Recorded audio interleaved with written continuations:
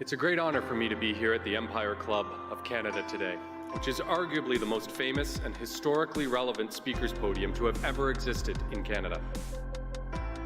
It has offered its podium to such international luminaries as Winston Churchill, Ronald Reagan, Audrey Hepburn, the Dalai Lama, Indira Gandhi, and closer to home, from Pierre Trudeau to Justin Trudeau.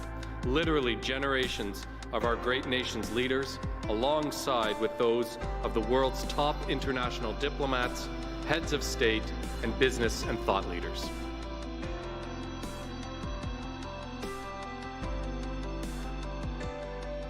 It is a real honor and a distinct privilege to be invited to speak to the Empire Club of Canada, which has been welcoming international diplomats, leaders in business and in science and in politics. And when they stand at that podium, they speak not only to the entire country, but they can speak to the entire world.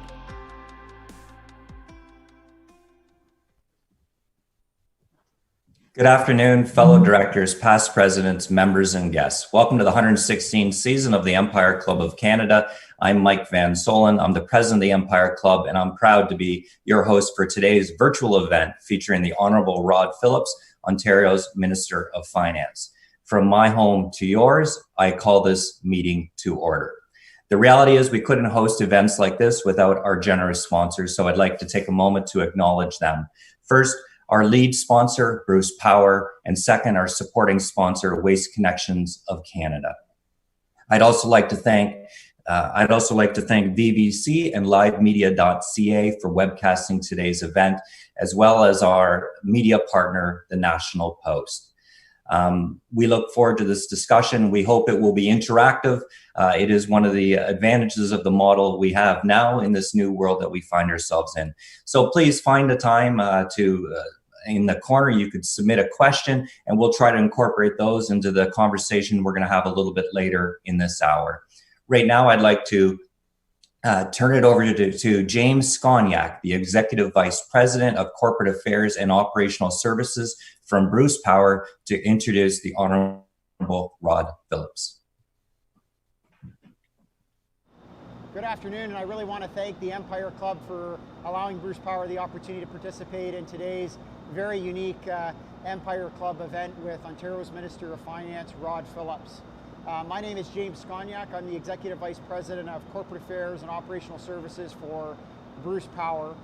On behalf of the over 4,000 employees at Bruce Power, I really want to start today's Empire Club virtual luncheon by thanking all of the frontline healthcare workers, public servants, grocery store workers, truck drivers, all of the individuals during this pandemic that have kept us safe, that have kept us focused, and kept Ontario's essential services running.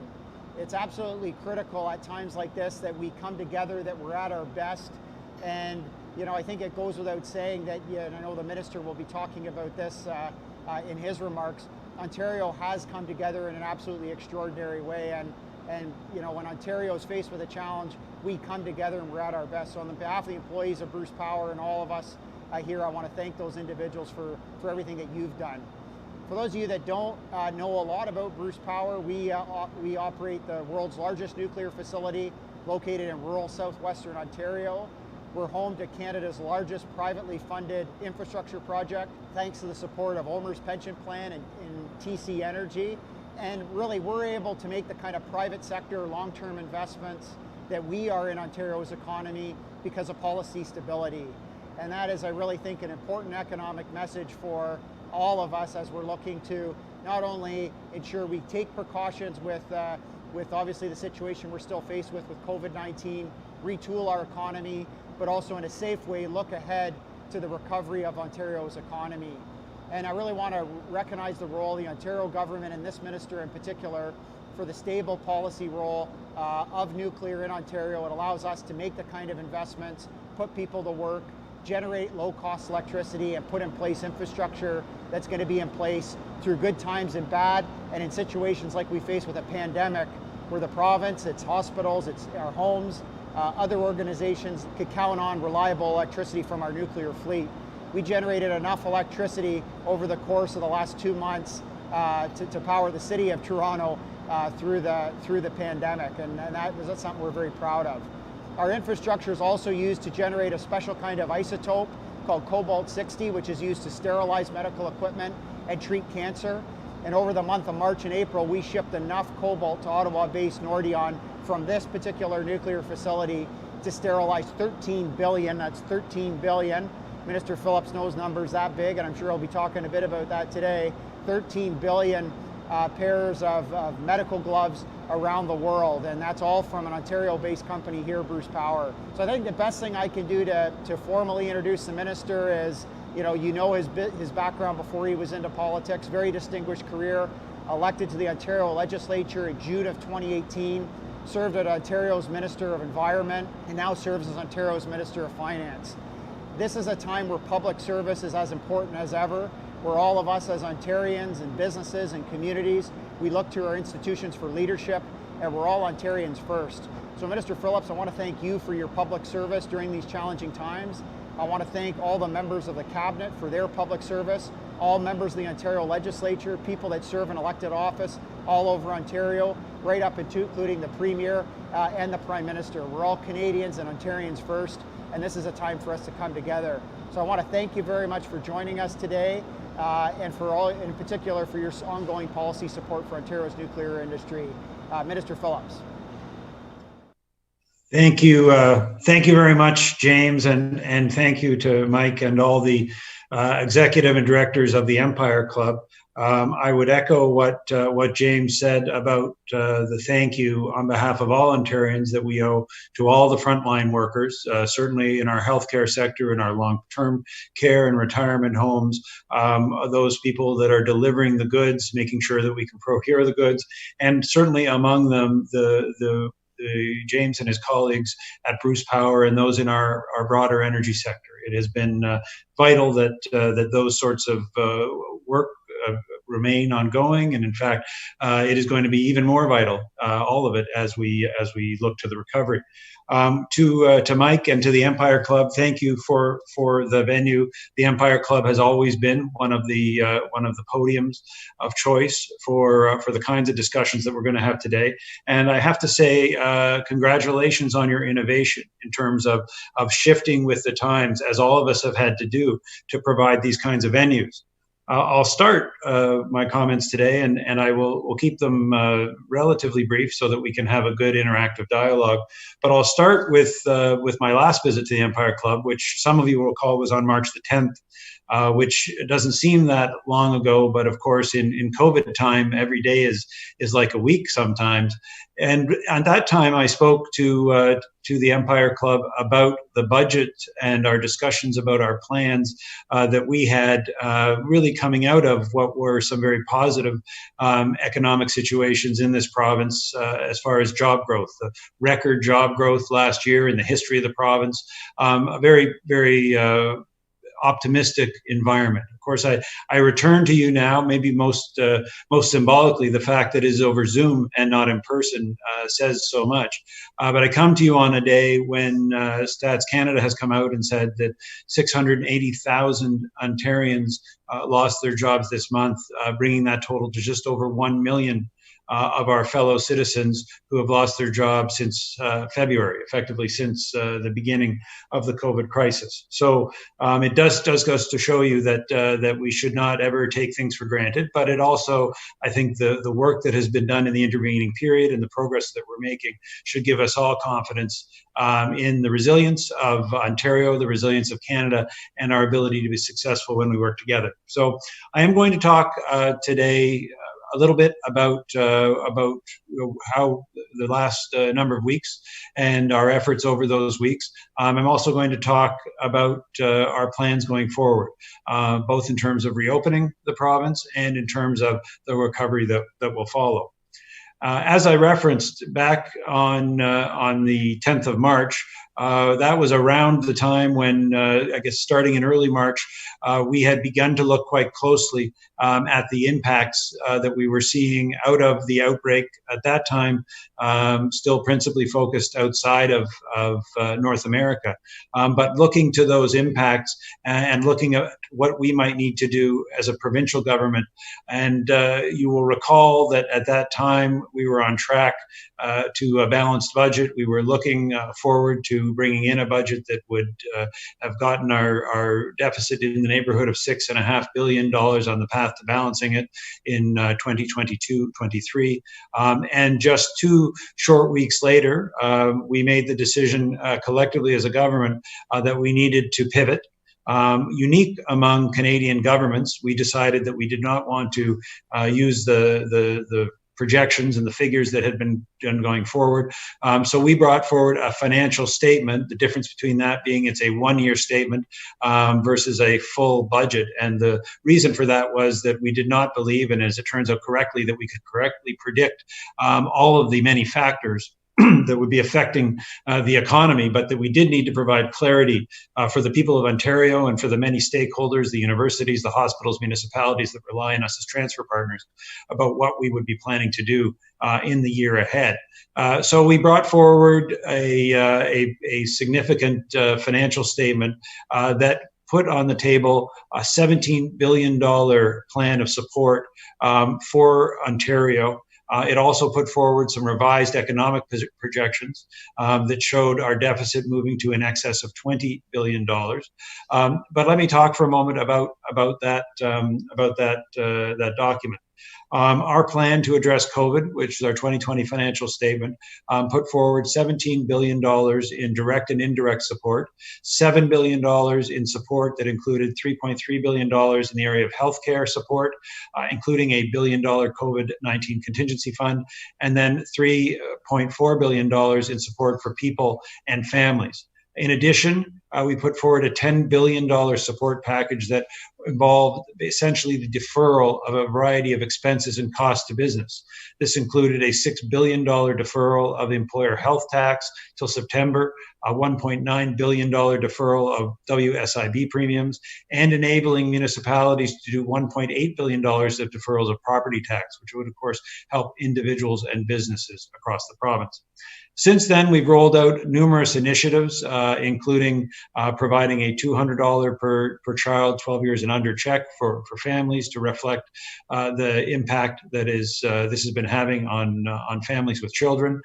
Significant energy reductions to a total tune of over $400 million with regards to time of use pricing changes. Support for our most vulnerable seniors, so doubling the payments to our most vulnerable seniors. And a number of other important supports, including $250 million for municipalities to help support our most vulnerable. So quite a long list of direct supports to make sure that we are enabling the province to weather the storm. That support has been augmented and very much done in collaboration with the federal government. I have as has been talked about in numerous places, been in quite regular contact with Finance Minister Bill Morneau. Our Premier has been in regular communication with the Prime Minister, and particularly with the Deputy Prime Minister, Christina Freeland.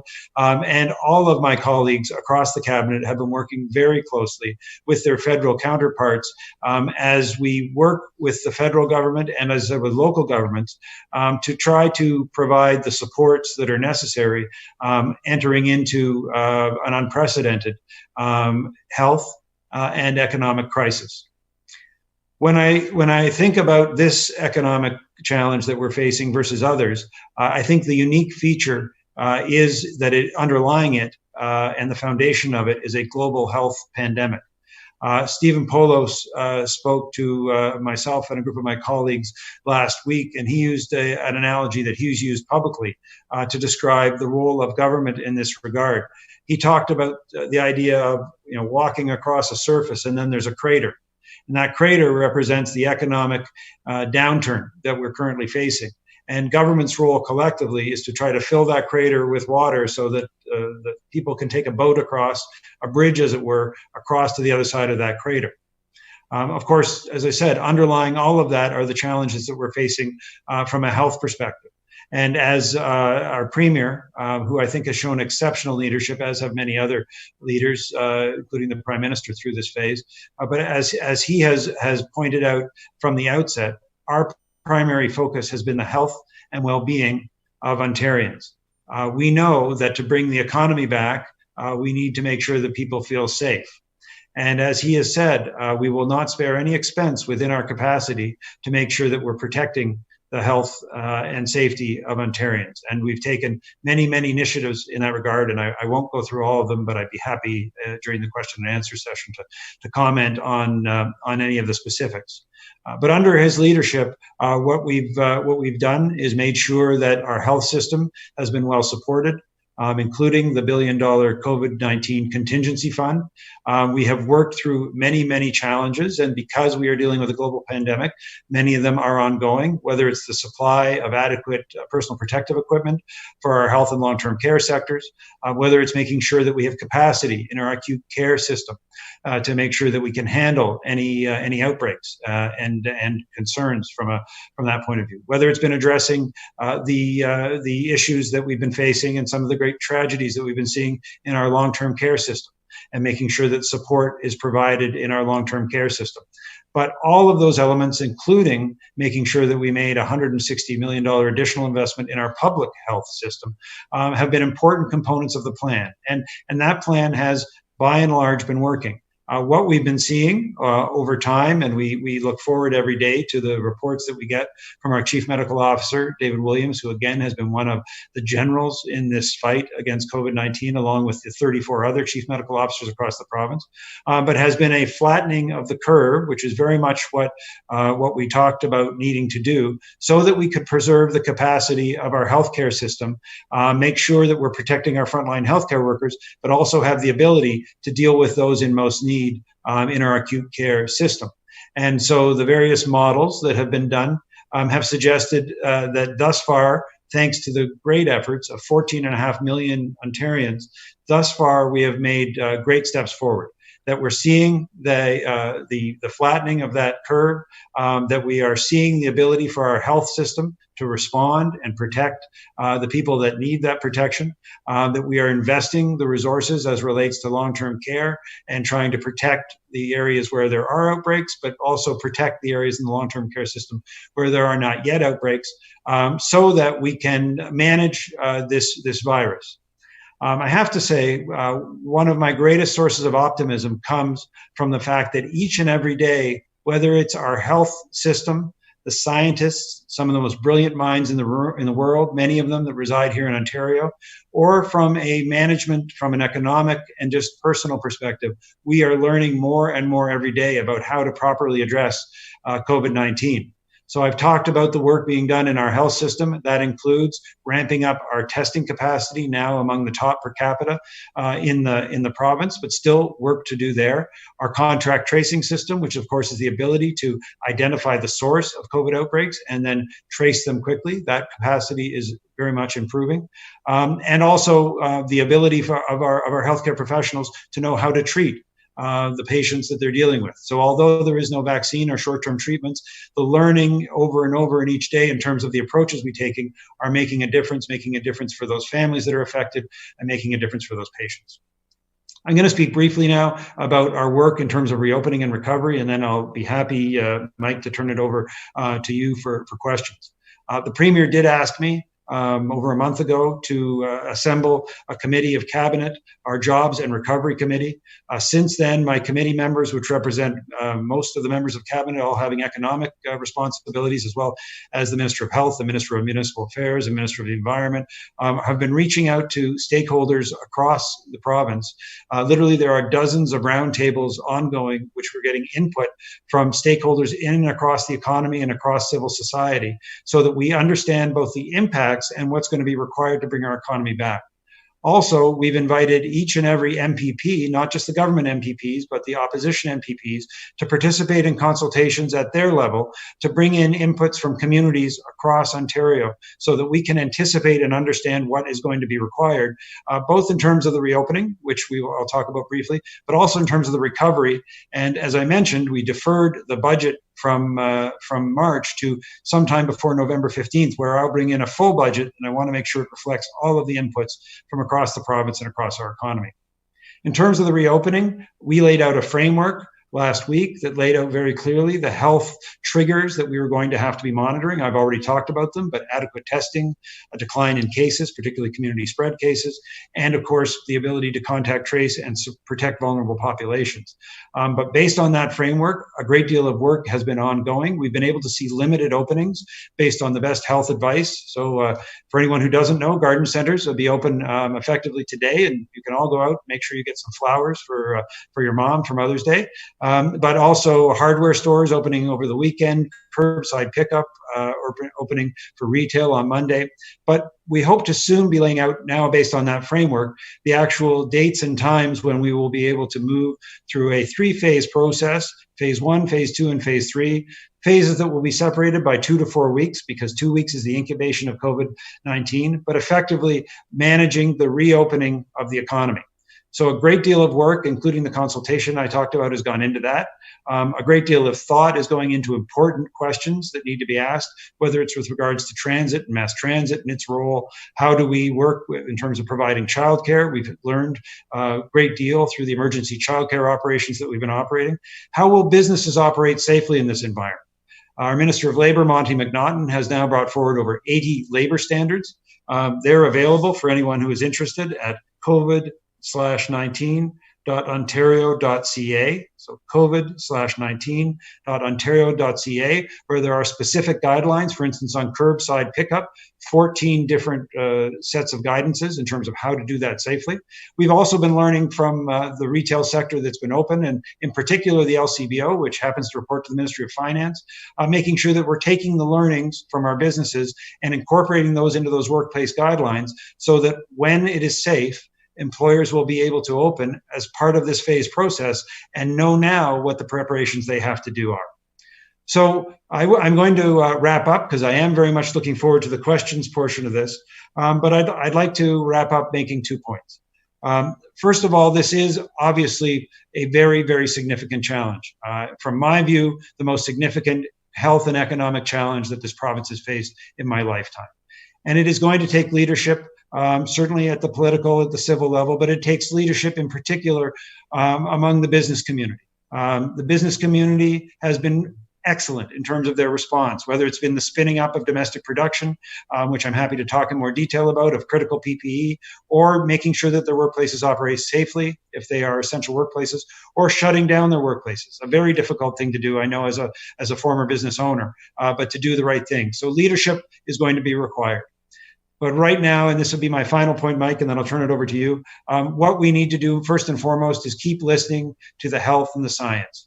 Our strategy is driven by the best health and the best science available. It is driven by the experience of other jurisdictions, and it is meant to do what it is doing, which is protect the health and safety of Ontarians, and then get us back to a place where our economy can, reemerge gradually but purposefully, and a situation where I think over the long term, Ontario is well positioned to be stronger than it has ever been before. So thank you very much for the opportunity and for your attention today. I do look forward to your questions. I thank you for the work that you've been doing as individual leaders and leaders in your community. And we look forward to continuing to work together as we address this crisis of COVID-19 together.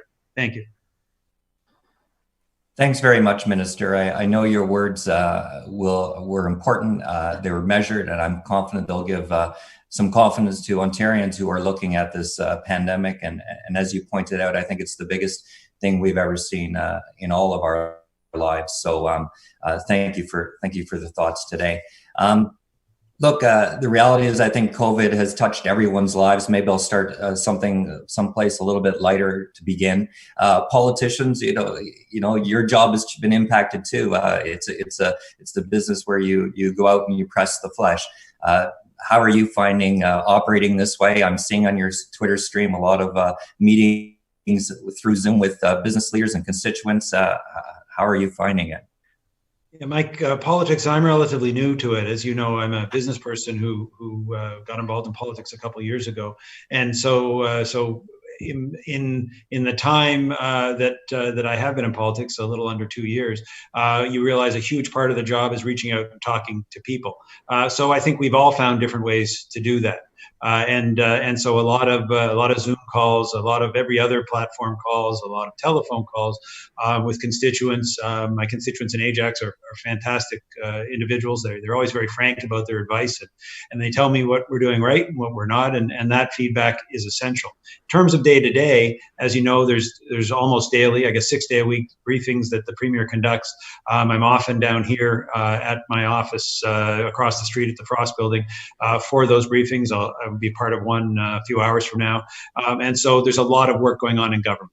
So many of my colleagues, most of them are spending their time in their constituencies, but in their homes or home offices. So they're working from there. So it has been a very different experience. I do, because of the daily briefings, get out of the house and down to Queen's Park from time to time. I think that probably makes my wife sort of happy that she gets me away sometimes. But mostly we've all been learning to communicate.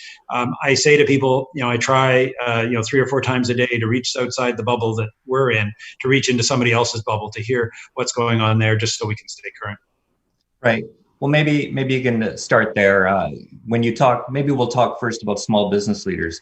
And when you think about what you're hearing from them, maybe you can reflect some of the counsel they're offering you, and I guess how it's playing a role in what you think about next steps and the responsibilities you have. Yeah, quite clearly, and you would imagine we do analysis by sectors, and different sectors have been affected. Although when you look at the unemployment figures today, they are both regionally quite consistently impacted, and by sector. We saw the services related sector as the biggest impact this month, followed by manufacturing. Again, not a surprise given the general shutdowns. My colleague Prabhat Sarkaria, who's our Minister of Small Business, has been literally doing 3 and 4 town halls a day with various chambers of commerce and business groups. I've had the privilege of plugging in onto those, and we're hearing about the concerns you would expect about. They are concerned about the future of their business. There's concerns, of course, about meeting the rent and taking advantage of the programs that various levels of governments have provided, but making sure that those programs fit and are appropriate. But by and large, our small business community are not a group of people who are used to looking for handouts. These are among our most entrepreneurial individuals. So quite a bit of what they want to talk about is how can they get back to work safely. And that's why the labor guidelines we provided have been informed by their thoughts, and they continue to iterate. A lot of the creativity about, how are we going to open a restaurant? How is that going to happen? We can look internationally and see what's being done in some locations, but we can also look to the creativity of our own small business people.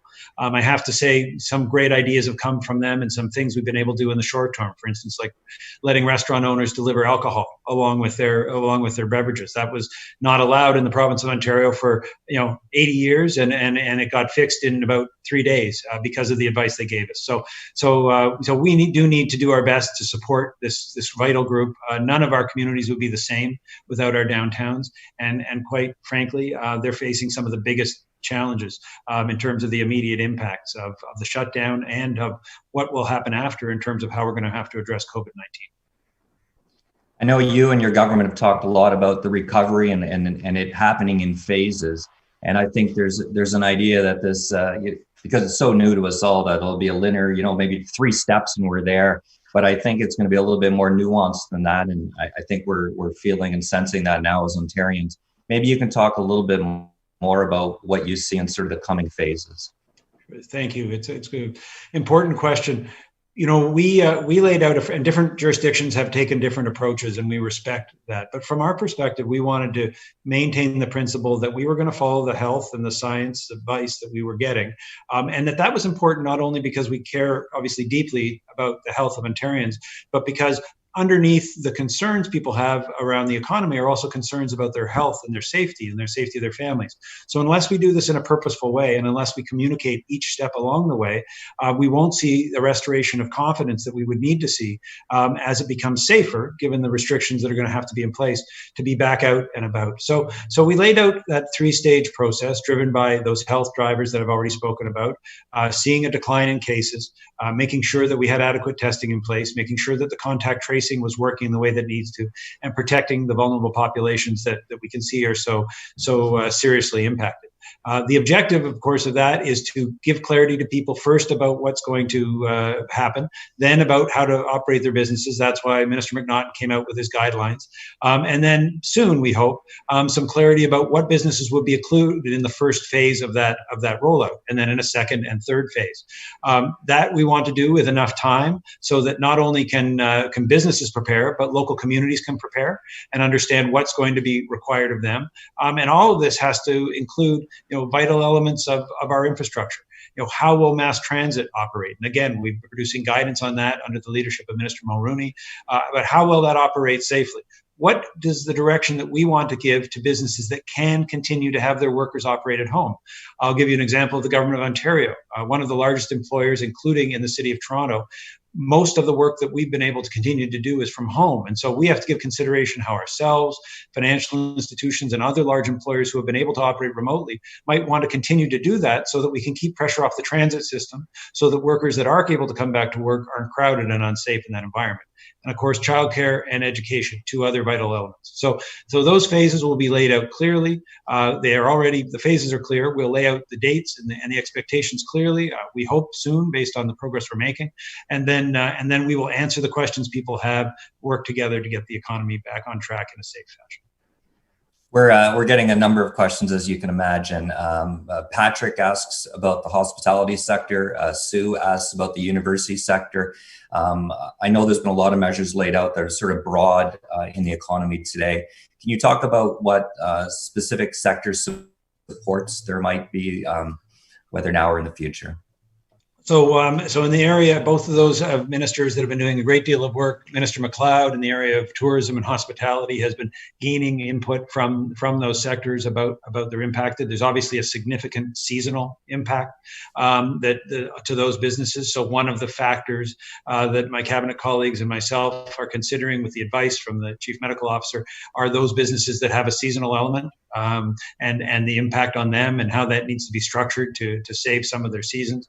With regards to colleges and universities, similarly, we've seen the federal government take some worthwhile initiatives in terms of supporting students, but students want to understand, how are their school years going to be impacted and what does next year look like?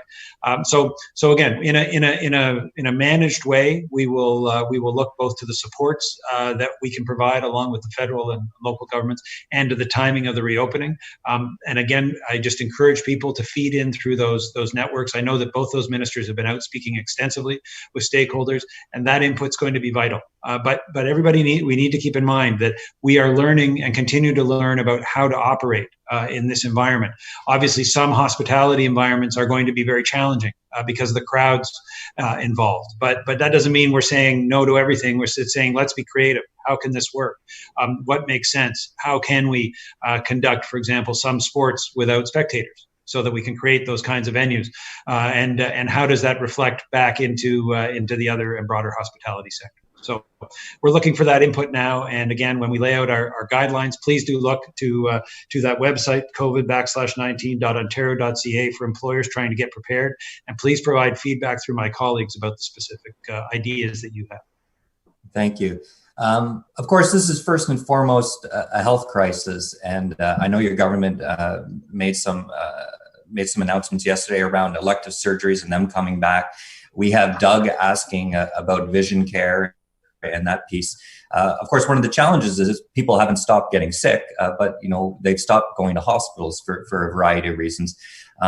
Maybe outline a bit of your government's plans about that backlog and elective surgeries and what that might look like going forward.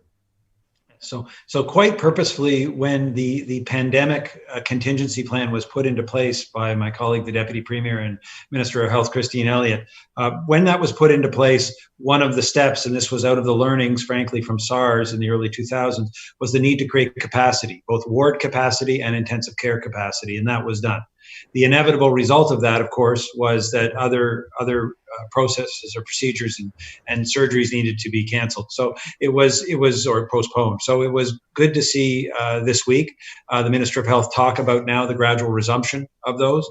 It may be, again, based on capacity in different areas, that some of that is done differentially. And then, as on the question of vision care, the reality is that of course much of our healthcare is also delivered by private providers and by the private sector. So the ministry is also developing guidelines with regards to that. We obviously understand as a government that healthcare not delivered doesn't mean that people didn't need the healthcare. And as we're able to ensure and make sure that our hospitals are safe places and able to make sure people understand that, we will need to ramp up the provision of services both inside institutions and outside to make sure that the people are getting the health care and that they aren't suffering from other ailments or seeing other treatments delayed out of either fear or lack of availability of resources. So we have expanded considerably the telehealth resources. We have expanded considerably the ability for doctors and other health professionals to consult online and through telephone. That, I think, those are some of those changes, quite frankly, will remain in our system because many patients have found them quite useful. And I think this is one of, I guess, the positive innovations that has come out of it. But we're moving as quickly as we can to restore those services, and we do understand that there's also the private provision of those services that is vital. We just have to do it in a safe way and do it with those guidelines that are being provided through the Ministry of Labour and Ministry of Health. Thanks. And thinking about doing it in a safe way, and when we think about healthcare workers, we've had a lot of conversation about PPE, personal protective equipment. And I guess the reality is there's going to be a lot of businesses and sectors as they open up that are going to be needing PPE that probably didn't use them before, hadn't thought about that as being as important. What does it look like now as far as our capacity just to meet sort of the growing demand, not even just in healthcare, but in other sectors of the economy? Well, I'm gonna tell a little story here because I think it kind of gives a little bit of insight into how things have been operating. Premier Ford, and this is going back well into March, and his background, of course, is in manufacturing and business. He was talking about supply chains from day one, from the podium, our daily podium, because he understood the importance of them.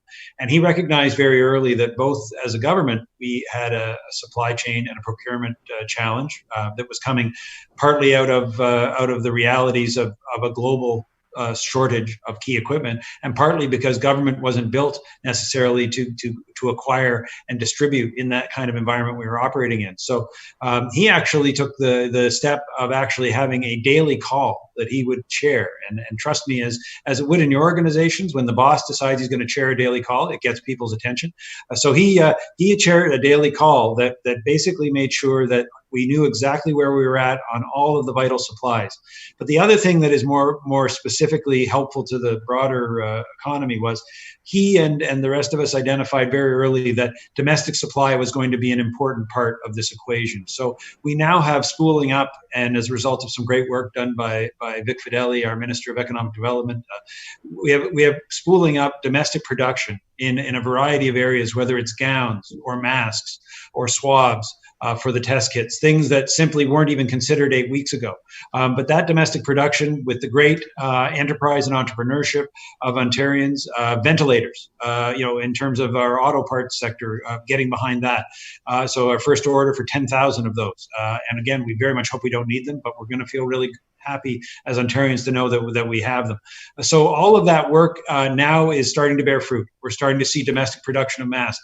This will help the private sector. We're starting to see the domestic production of swabs. That will help with the tests. We're going to start to see the domestic production of gowns and other things. So those requirements that are not just going to be for the public sector, but for the private sector, are going to be more accessible and more available because we are now going to have a made in Ontario solution, probably not just for Ontario, but for the rest of Canada. And I think looking forward, we obviously don't have a crystal ball and see the future, but we're going to need that domestic production, both to keep our workplaces safe and, of course, to keep the health and broader health sector supplied.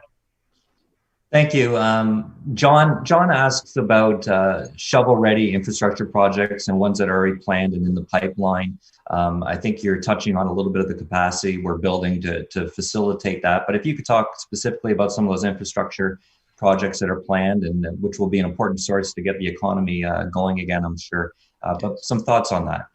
Yeah, so we have some vital infrastructure needs in Ontario that we were talking about before we were talking about COVID-19, but that doesn't mean that they went away. So the very good news is that we have billions and billions of dollars worth of shovel-ready infrastructure. Traditionally, during an economic downturn, sometimes governments need to spend time looking to identify those projects. That work had been done. So whether that's the massive expansion of transportation that we need to do in the GTA, the historic agreement that we struck with the City of Toronto to see that expansion, or other more local infrastructure projects. So Minister Scott and Minister Mulroney, our Minister of Infrastructure and Minister of Transportation, respectively, have been working with Minister McKenna, Catherine McKenna, the Federal Infrastructure Minister, to look to how quickly we can move. Now we've only recently moved to the stage where our construction ability from a safe perspective would be able to work on all of those projects, although some of that project work was able to continue. But that is very much part of the discussion and dialogue. And of course, I guess the good news out of the bad news of the woeful underinvestment in infrastructure for the past decade and a half is that we know what needs to get done, and we want to get started on it, both at the community level and those broader strategic infrastructure programs. Right. I think we'd be remiss if we didn't touch a little bit on the long-term care sector, which has, of course, been hit so hard by this. No doubt, as we get a year, 2 years out from this, we're probably going to look really hard at that and make sure that we've learned, appreciated the lessons that are important to implement. But as you look at it today, maybe a little bit about how you're supporting that sector and just some of your thoughts. This is an area where quite clearly successive governments, and we include ourselves in this, but the situation that we find ourselves in is one that nobody can be happy with. We've seen, sadly, around the world that COVID-19 is a particularly brutal and devastating virus when it comes to our elderly.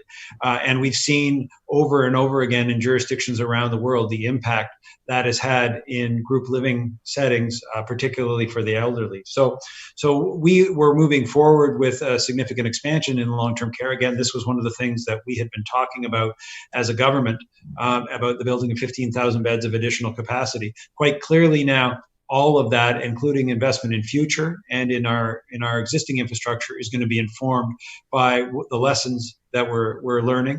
Minister Fullerton, who's the Minister of Long-Term Care, who is leading that initiative, indicated yesterday that there will, of course, also need to be a review. We need to look at what happened and why it did, so we can avoid it in the future, because it also involves some of the ways that our systems operated in the past, and some of those made our system more vulnerable. So this is going to be an area that will be looked at, will be invested in, but we need to, of course, get through the situation we're in, make sure we're providing the supports that we need to support right now, and then take a good look at what's required to go forward to protect our elderly and to support that sector. And I have to say as well, the federal government, and quite happily, has put their hand up and said that they want to be a part of that as well. And the Premier has embraced that, and I certainly do too, as the Minister of Finance. That's great. I'm sure that's welcome news to those in the sector. We've got a number of questions about it, so I will ask. Sue asks just about the pandemic pay, and I guess some of the tough choices about who is included in those categories and who isn't.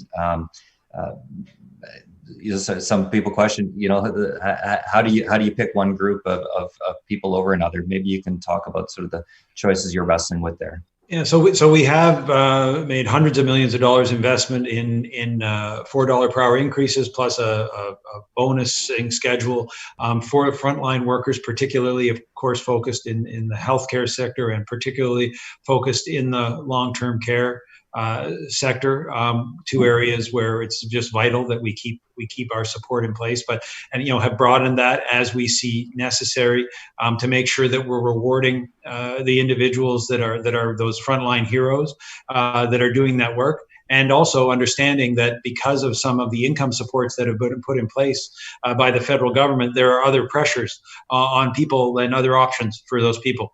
So we want to make sure that we keep making those investments to support the people that are doing the frontline work, and to reward them, of course, all within the context of the capacity of government to do that. But I have to point out, these are temporary measures that are necessary, because we need to make sure that we keep the facility staffed. We've seen in other jurisdictions some of the challenges that have happened where staffing has become not just a small issue, but a significant issue. Right. Well, thank you very much. One of the interesting things about the COVID, and you touched on it, about working with the federal government, and of course having to work with all levels of government, is I think it's heartening for Ontarians and Canadians to see people working across party lines and stuff, and across different levels of government. Can you speak maybe on a note of optimism about working with people from different parties and across the aisle as well? Yeah, let me start in Ontario. We've received some. The role of opposition is to be a critic, an informed critic of the government, and our opposition party has never wavered from that role. But we've also received some constructive suggestions. Initially, with our COVID response plan from Andrea Horwath to invest $1 billion additionally in the healthcare system. Of course, we invested $3 billion. But good advice and support, and I think continuing good ideas, not just in formal public settings, but also informal settings. I would say as well from our colleagues in the Liberal and Green parties.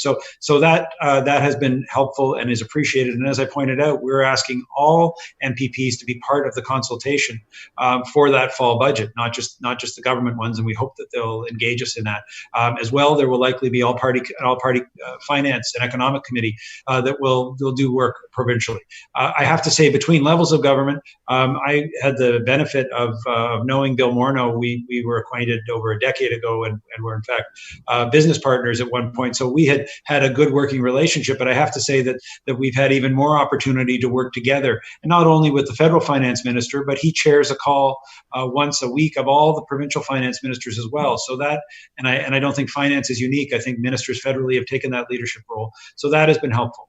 First and foremost, I have to point out the relationship between the Prime Minister, the Deputy Prime Minister, and our Premier. Of course, with every organization, that ability to collaborate starts at the top. And I think that Canadians have rightly commended, and I commend the Prime Minister and our Premier for setting the right tone, for working together, not always agreeing, but working through problems, supporting each other. None of these are easy jobs when we talk about the leadership of our country or the leadership of our province. And I think that work together is paying off. But Mike, quite frankly, I think it's what people expect. I was talking yesterday with the Mayor of Toronto, Mayor Tory, my own mayor, Mayor Collier in Ajax. I was on a call with the large urban mayors, with Steve Clark, our Minister of Municipal Affairs, and all the large urban mayors. There is a real spirit of getting through this together. And I think it's what people should expect from their political leaders. I think they're rewarding political leaders by saying, good for you, keep it up. And I certainly hope for my part that we can keep that going. Great. Just a couple of questions in closing. One, a number of people have asked about, I think there's wide support for all the money we're pouring into the economy. But as you alluded to, just before this all happened, you were on track to balance the budget. And now we're certainly going in the other way. While nobody questions the money that we're putting into these to help the economy at this time, what are your thoughts about just that debt to GDP ratio and what this will mean and how we'll deal with it? Yes, well, it's obviously something that's regularly on my mind. We need to make the investments that we need to make, and we will make them. We released in March an updated financial statement, but as would be apparent to anybody looking at the economy from the end of March till now, the economy has worsened versus those expectations. And so we will, of course, need to eventually get back on a path. I have to say that the work we've done for the 18 to 20 months we have been in government to put the province back on a financial path has meant that we've been able to access the resources, access the credit markets. We've seen 2 of the credit rating agencies come out and not change the province's rating, and of course that's good. And so I think continuing to be prudent stewards of the fiscal purse doesn't change because of this emergency. In fact, it's why you want to be a good whether it's at a home or a business or for a government, why you want to take care of the finances, because you need the money in the case of an emergency. And our emergency is COVID-19. So we will, as I said, I'll provide an update as early as August, as I do every quarter, to make sure people know the state of the finances. By November 15th, we'll bring in a budget. We'll have a longer term perspective. We're going to need to make sure that over the long term, we bring growth back to the economy. And that's what this is all about in terms of reopening and recovery. And that'll be the path to financial, recovery. But for now, the focus has to be on health and safety, getting the economy back on track, and then dealing with the financial implications of what we've had to do to make sure that happens. Perfect. In your comments, you talked about some sources of optimism. You talked about contact tracing. You talk about the healthcare community as it's learning how to better treat COVID-19. Maybe we can end there with some thoughts from you that are, a source of optimism as you look at what's happening. Thank you, and thank you again for the opportunity to speak to the group today. Absolutely, we're making progress every day on terms of health and how to treat COVID-19, in terms of science, as I said, the smartest people in the world, many of them here in Ontario, and on how we are all going to adapt. But my real optimism comes from all of those conversations with individuals. And I almost always start the conversation by, how can we help? What do we need to do? What do we need to know? And I have to tell you, Mike, almost to a person, I wouldn't want to say every conversation, but I could say almost every conversation. I'm sure there's been 1,000 by now, if you count the kind of interactive work that we do. People come back and say, how can we help? What can I do? And that just talks about something the Premier talks about, that spirit of Ontario. Whether it's the spooling up of our industry to support people, or the drive-by support that we do for hospitals and long-term care homes, people want to help. And with that kind of enthusiasm and that kind of support, I am just so optimistic about us getting through this. This is going to be tough. We all know that. People talk about SARS, but in SARS, we emerged into a global economy from Ontario that was operating fairly well. That's not the case today. So this is going to be tough. But as long as we keep that attitude, as long as we keep listening to the health and science advice, and as long as we're asking the question back when someone offers us, what can I do for you? No, what can I do to help you? Then I think we're going to be fine coming out of this together. So thanks again for the opportunity today. Thanks for the work that you're doing with the Empire Club to keep these conversations open. And I'll look forward, I hope, to an in-person event sometime the next time, so that we will be able to assemble in a slightly different format and see each other in person. Yeah, that would be great. Well, thanks so much for just sort of your honest and straightforward commentary and answering of these questions that have poured in from Ontarians. I think it's important at this time, of course, that we hear from our leaders. I know you and the Premier are almost daily up talking with the press and through them, Ontarians. So that's greatly appreciated. So thanks again, Minister. My pleasure. To all those watching, thanks for participating. Thanks for sending in the questions. We are, of course, continuing to do virtual events. We have one on May 11th coming up, a construction panel, a sector that's really important in this economy, with some leaders from that sector who are going to talk about what moving forward looks like in the world today. Thanks everybody so much. This meeting is adjourned.